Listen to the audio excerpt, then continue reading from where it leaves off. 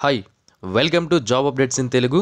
Friends, మనకి railway నుంచి 1,03,769 ఉద్యోగాల భర్తీకి నోటిఫికేషన్ అనేది విడుదల చేయడం జరిగింది.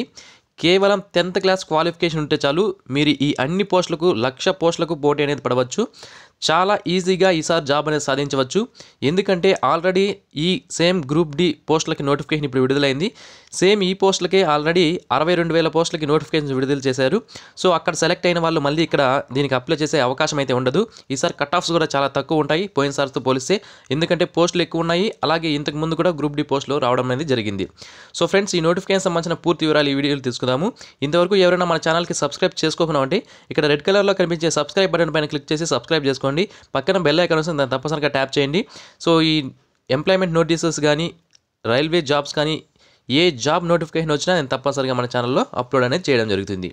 ఇక వేకెన్సీస్ విషయానికి వస్తే సెంట్రల్ రైల్వేలో మొత్తం 9,345 వేకెన్సీస్ ఉన్నాయి. ఈస్ట్ సెంట్రల్ రైల్వేలో 3,563, ఈస్ట్ కోస్ట్ రైల్వేలో 2,555, ఈస్టర్న్ రైల్వేలో 10,873 ఉన్నాయి. నార్త్ సెంట్రల్ రైల్వే అండ్ డిఎల్డబ్ల్యూలో 4,730, నార్త్ ఈస్టర్న్ రైల్వేలో 4,002, నార్త్ వెస్టర్న్ రైల్వేలో 5,249, నార్త్ ఈస్ట్ ఫ్రంటియర్ రైల్వేలో 2,894, నార్థర్న్ రైల్వేలో 13,153 పోస్టులు, సదరన్ సెంట్రల్ రైల్వేలో 9,328, సదరన్ ఈస్ట్ సెంట్రల్ రైల్వేలో 1,664, సౌత్ ఈస్టర్న్ రైల్వేలో 4,914, సౌత్ వెస్టర్న్ రైల్వేలో 7,167, సదరన్ రైల్వే అండ్ ఐసీఎఫ్లో 9,579, వెస్ట్ సెంట్రల్ రైల్వేలో 4,019, అలాగే వెస్ట్రన్ రైల్వేలో 10,734. ఈ విధంగా అన్ని రైల్వేలు కలుపుకోక మొత్తం 16 రైల్వేలను కలుపుకోక 1,03,769 వేకెన్సీస్ అయితే ఉన్నాయి. ఇందులో అన్రిజర్వ్డ్కి 42,355 వేకెన్సీస్, ఎస్సీ వాళ్ళకి 15,559 వేకెన్సీస్, ఎస్టీ వాళ్ళకి 7,984, ఓబీసీ వాళ్ళకి 27,378 వేకెన్సీస్, ఎకనామికలీ వీకర్ సెక్షన్స్ వాళ్ళకి 10,381. సో ఈ ఎకనామికలీ వీకర్ సెక్షన్స్ ఈడబ్ల్యూఎస్ వాళ్ళు సర్టిఫికేట్ ఎలా పొందాలంటే ఈ నోటిఫికేషన్ కింద మీకు ఒక అసెట్ సర్టిఫికేట్ ఇస్తాడు, ఇన్కమ్ సర్టిఫికేట్ ఇస్తాడు. దాన్ని తీసుకుపోయి మీరు మీ ఎంఆర్ఓ దగ్గర సైన్ పెట్టించుకుంటే సరిపోతుంది. దాన్ని మీరు అప్లోడ్ చేసుకొని ఈజీగా మీరు జాబ్స్ అనేవి పొందవచ్చు. ఇక ఎక్స్ సర్వీస్ మ్యాన్కి మొత్తం 20,734 వేకెన్సీస్ ఉన్నాయి.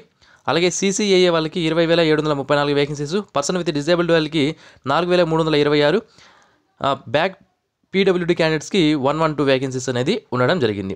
ఓకే, ఇవి మనకి వేకెన్సీస్ సంబంధించిన పూర్తి వివరాలు. నెక్స్ట్ వచ్చి మనకి ఎవరైతే పర్సన్ విత్ డిజేబిలిటీ వాళ్ళు ఉన్నారో వాళ్ళు ఇక్కడ కొన్ని పోస్టులు మెన్షన్ చేశారు కదా. అసిస్టెంట్ పాయింట్స్ మెన్ 14,870 వేకెన్సీస్ ఉన్నాయి total. Assistant bridge 913 vacancies. Track maintenance grade 4 40,721 vacancies. వీటికి పర్సన్ విత్ డిజేబిలిటీ వాళ్ళు ఎలిజిబుల్ కాదు, ఎందుకంటే ఇవి ఫీల్డ్ వర్క్స్. సో అక్కడికి వెళ్ళి చేయాల్సి ఉంటుంది కాబట్టి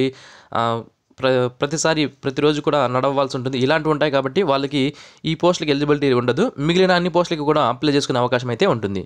కేవలం 10th క్లాస్ క్వాలిఫికేషన్ ఉంటే సరిపోతుంది. ఇక ఇంపార్టెంట్ డేట్స్ విషయానికి వస్తే, సో ఆన్లైన్ అప్లికేషన్స్ వచ్చి మనకి 12/3/2019 నుంచి స్టార్ట్ అవ్వడం జరుగుతుంది. అలాగే లాస్ట్ డేట్ అప్లై చేసుకోవడానికి వచ్చి 12/4/2019.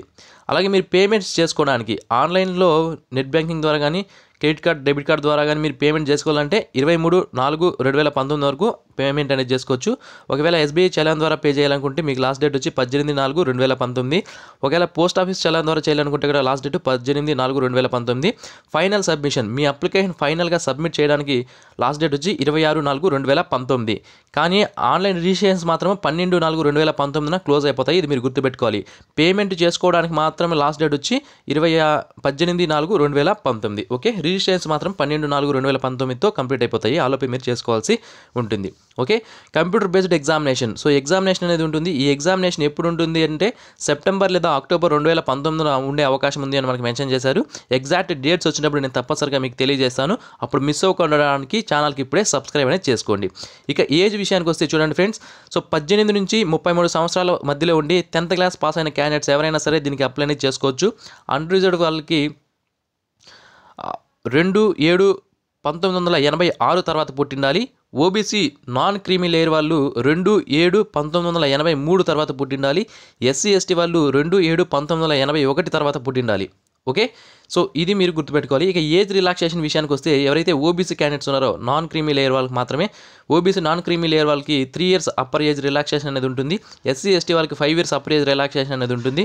ఎక్స్ సర్వీస్ మ్యాన్కి అతని సర్వీస్ని బట్టి రిలాక్సేషన్ ఉంటుంది, చూసుకోవచ్చు. అన్రిజర్వ్డ్ వాళ్ళ పర్సన్ విత్ డిజేబిలిటీ అయింది, అన్రిజర్వ్డ్ అయింటే 10 సంవత్సరాలు age relaxation. Person with disability OBC అయింటే 13 సంవత్సరాలు, person with disability SC ST అయింటే 15 సంవత్సరాల ఏజ్ రిలాక్సేషన్ అనేది వర్తించడం జరుగుతుంది. Next already railway group D employees ఎవరైతే ఉన్నారో వాళ్ళు కూడా ఏజ్ రిలాక్సేషన్స్ అనేవి వర్తిస్తాయి. వాళ్ళు ఎవరైనా ఉంటే దయచేసి చూసుకోండి. ఇక ఎగ్జామినేషన్ ఫీజు విషయానికి వస్తే, so person with disability, female, transgender, ex service man candidates ఎవరైతే ఉన్నారో, అలాగే SC ST, minority candidates, economically backward classes వాళ్ళు ఎవరైతే ఉన్నారో వాళ్ళు ₹250 ఫీజు అనేది పే చేయాల్సి ఉంటుంది. ఈ ₹250 ఫీజు కూడా మీరు ఎగ్జామినేషన్కి, కంప్యూటర్ బేస్డ్ ఎగ్జామినేషన్కి అటెండ్ అవుతే ఈ ₹250 కూడా మీకు రిఫండ్ అనేది చేస్తారు. మీరు ఏ బ్యాంక్ నుంచి పే చేసింటారు అమౌంట్, ఆ బ్యాంక్ నుంచి మీకు డబ్బులు, ఆ బ్యాంకులోకి మళ్ళీ డబ్బులు అనేది పడిపోవడం జరుగుతుంది. ఇక మిగిలిన అందరూ క్యాండిడేట్స్ కూడా, నేను ఇక్కడ person with disability, female, transgender, ex service man, SC ST, minority communities, economically backward classes తప్ప మిగిలిన వాళ్ళందరూ కూడా ₹500 ఫీజు అనేది పే చేయాలి. ఈ ₹500లో ₹400 ఫీజు అనేది మళ్ళీ రిఫండ్ అనేది రావడం జరుగుతుంది మీ బ్యాంక్ అకౌంట్కి. ఓకే, సో మీరు డెబిట్ కార్డ్ ద్వారా, క్రెడిట్ కార్డ్ ద్వారా, లేదా ఎస్బీఐ చలాన్ ద్వారా, పోస్ట్ ఆఫీస్ చలాన్ ద్వారా కూడా మీరు ఫీజు అనేది ఈజీగా పే చేసుకోవచ్చు. ఓకే, ఇక్కడ మెన్షన్ చేశారు ఎకనామికలీ వీకర్ సెక్షన్స్ వాళ్ళకి రిజర్వేషన్స్ ఏ విధంగా వర్తిస్తాయి అనేది. So 5 acres of agriculture land ఉండకూడదు, దానికన్నా ఎక్కువ ఉండకూడదు. రెసిడెన్షియల్ ఫ్లాట్ వచ్చి 100 square feet కంటే ఎక్కువ ఉండకూడదు. అలాగే residential flat 100 square feet yards కన్నా మున్సిపాలిటీస్లో దానికన్నా ఎక్కువ ఉండకూడదు.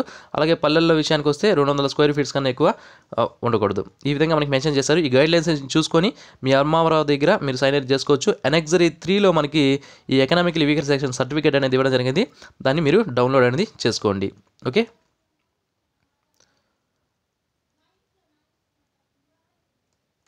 సో ఇక నోటిఫికేషన్ సంబంధించిన పూర్తి వివరాలు ఈ వీడియోలో మనం తెలుసుకుందాం ఫ్రెండ్స్.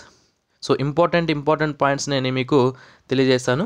సో ఇక్కడ చూడొచ్చు మనకు కంప్యూటర్ బేస్డ్ ఎగ్జామినేషన్లో ఏముంటాయి అనేది. సో మొత్తం 100 మార్కులకి ఎగ్జామినేషన్ అనేది కండక్ట్ చేశారు. ఈ 100 మార్కుల్లో మనకి జనరల్ సైన్స్ నుంచి 25 క్వశ్చన్స్, మ్యాథమెటిక్స్ నుంచి 25 questions, general intelligence and reasoning నుంచి 30 questions, general awareness and current affairs నుంచి 20 క్వశ్చన్స్ రావడం జరుగుతుంది. 90 నిమిషాల టైం డ్యూరేషన్ అనేది ఉంటుంది.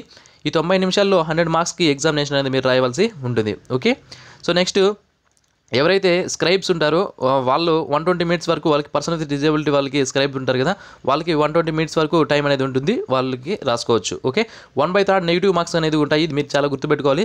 There will be negative marking and 1/3 of shall be deducted in each wrong question. Okay, so minimum percentage of qualifying marks అన్నీ అని కూడా మనకి ఇవ్వడం జరిగింది. ఇవి వస్తే మీకు సెలెక్ట్ అయినట్లు కాదు, ఇవి ఓన్లీ మినిమం క్వాలిఫైయింగ్ మార్క్స్ మాత్రమే. అండర్ వాళ్ళకి 40% రావాలి. ఎకనామికలీ వీకర్ సెక్షన్స్ వాళ్ళకి 40% మార్క్స్ రావాలి. ఓబీసీ నాన్ క్రీమీ లేయర్ వాళ్ళకి 30% మార్క్స్, ఎస్సీ వాళ్ళకి 30% మార్క్స్, ఎస్టీ వాళ్ళకి 30% మార్క్స్ తప్పనిసరిగా రావాల్సి ఉంటుంది. ఇక్కడ క్వశ్చన్స్ సిలబస్ ఏ విధంగా ఉంటుంది అనేది పూర్తిగా మనకి ఇక్కడ మెన్షన్ చేశారు. సో సిలబస్ సంబంధించి నెక్స్ట్ వీడియోలో నేను మీకు తప్పనిసరిగా తెలియజేస్తాను. ఓకే, నెక్స్ట్ సో ఇక్కడ ఫిజికల్ ఎఫిషియన్సీ టెస్ట్ ఉంటుంది. ఎవరైతే ఎగ్జామినేషన్లో క్వాలిఫై అవుతారో వాళ్ళకి ఫిజికల్ ఎఫిషియన్సీ టెస్ట్ ఉంటుంది. సో ఎగ్జామినేషన్లో ఎవరైతే క్వాలిఫై అవుతారో వాళ్ళలో ఒక పోస్ట్కి 3 ఫిజికల్ ఎఫిషియన్సీ టెస్ట్కి పీఈటీకి పిలవడం జరుగుతుంది. ఇందులో మేల్ క్యాండిడేట్స్ అయితే 35 kg వెయిట్ ఉన్న వెయిట్ని 100 మీటర్లు 2 నిమిషాల్లో తీసుకెళ్లాల్సి ఉంటుంది. అలాగే 1 కిలోమీటర్ని 4 నిమిషాలు 15 సెకండ్లో రన్ చేయాల్సి ఉంటుంది. ఒకవేళ ఫీమేల్ అయితే 20 kg వెయిట్ని 100 మీటర్స్ 2 minutesలో తీసుకెళ్ళాలి. అలాగే 1 కిలోమీటర్ని 5 నిమిషాలు 40 సెకండ్స్లో రన్ చేయవలసి ఉంటుంది. ఇది క్వాలిఫై అయితేనే మీకు జాబ్ అనేది రావడం జరుగుతుంది. తర్వాత డాక్యుమెంట్ వెరిఫికేషన్ అనేది ఉంటుంది. సో మీకు వచ్చిన మార్కులు నార్మలైజేషన్ అనేది చేయడం జరుగుతుంది. అన్ని షిఫ్ట్లు, కొన్ని షిఫ్ట్లు కష్టంగా ఉంటాయి, కొన్ని షిఫ్ట్లు హార్డ్గా ఉంటాయి, కొన్ని షిఫ్ట్లు ఈజీగా ఉంటాయి. కాబట్టి వాటిని అన్నింటినీ నార్మలైజేషన్ చేసి ఈ ఫార్ములా ఉంది కదా, దీన్ని యూజ్ చేసి నార్మలైజేషన్ ఆఫ్ స్కోర్ అనేది చేయడం జరుగుతుంది. సో ఎలా అప్లై చేసుకోవాలనేది నెక్స్ట్ వీడియోలో నేను మీకు తెలియజేశాను. సో ఇది ఫ్రెండ్స్ ఈ నోటిఫికేషన్ సంబంధించిన పూర్తి వివరాలు. మరిన్ని ఇలాంటి డైలీ జాబ్ అప్డేట్స్ కోసం తప్పకుండా ఛానల్కి సబ్స్క్రైబ్ చేసుకోండి. సబ్స్క్రైబ్ చేసుకున్న తర్వాత పక్కన బెల్ ఐకాన్ వస్తుంది, దాన్ని ట్యాప్ చేయండి. అప్పుడే నేను ఏ వీడియోస్ అప్లోడ్ చేసినా మీకు నోటిఫికేషన్ రూపంలో డైలీ జాబ్ అప్డేట్స్ రావడం జరుగుతుంది. ఆల్రెడీ మనకి జీకే తెలుగు యూట్యూబ్ ఛానల్లో డైలీ ఈ ఆర్ఆర్బీకి సంబంధించి వీడియోస్ అనేవి అప్లోడ్ చేస్తున్నాం, జీకే వీడియోస్. వాటిని చూడాలనుకుంటే ఈ వీడియో కింద లింక్ ఇస్తాను, అక్కడ నుంచి మీరు చూడవచ్చు. Thanks for watching this video. తప్పనిసరిగా ఈ వీడియోని మీ ఫ్రెండ్స్తో షేర్ చేయండి. Thank you, have a nice day.